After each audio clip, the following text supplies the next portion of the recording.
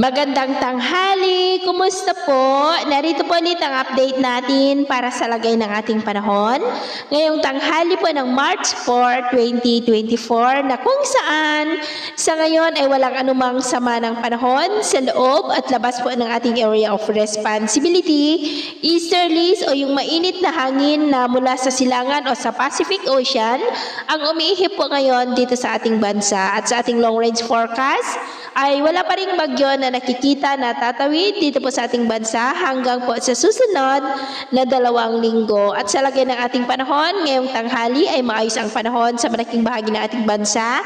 Pero may tsansa pa rin ng maulap na kalangitan with isolated rains. Diyan po sa may southern Quezon, Bicol region, ilang bahagi ng occidental Mindoro, at ilang bahagi po ng Aklan. At sa susunod po ng mga oras ay maayos pa rin ang panahon sa malaking bahagi ng ating bansa pero may tsansa pa rin